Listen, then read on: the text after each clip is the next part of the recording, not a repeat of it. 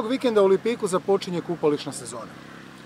Bazeni u Lipiku kakve poznajemo danas, sa olimpijskim bazenom koji je u mojoj pozadini, dimenzija 50 x 25 metara, sa velikim srednjim pličnim bazenom i sa bazenom za djecu i mališane, izgrađen je prije točno 40 godina, 1981. godine. Poslijeratna obnova napravljena je 2000. godine. Otvaranje bazena bio je povod da na ulicama grada Lipika razgovaramo sa građanima i pitamo ih za njihovo mišljenje. Što po njima otvaranje bazena u Lipiku znači za sam Lipik, ali isto tako i za njih osobno. Ovako, otvaranje bazena za Lipik znači više ljudi, više života, više turista, življi Lipik, više mladih u Lipiku. A za tebe osobno? Za mene više posla, više događanja, više ljudi. Puno znači i za osobno i za ovu djecu koja tu žive, još više. I za grad. Ipak se turizam razvija. Biće više naroda. Kad se otvore bazeni, biće više publike, šetat ćemo, naćemo frajere neke i devojke neke, da se plate piće s nama, da gledaju se u kupaćim kostimima.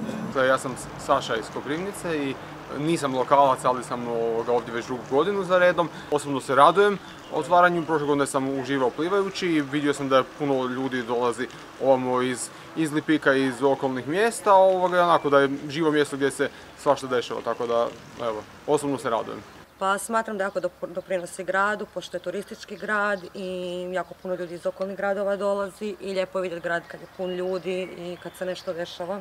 Za mene osobno kao građanina Lipika znači puno, zato što se nešto kao prvo dešava, ne moramo odlaziti dalje iz svog grada i puno ljudi okolo dolazi naravno, sve ostaje u Lipiku novci, a i mi kao građani Lipika, ja osobno i ostali vjerujem da im to puno znači i nadam se da će svake godine se to dešavati. Krivu osobu ste našli.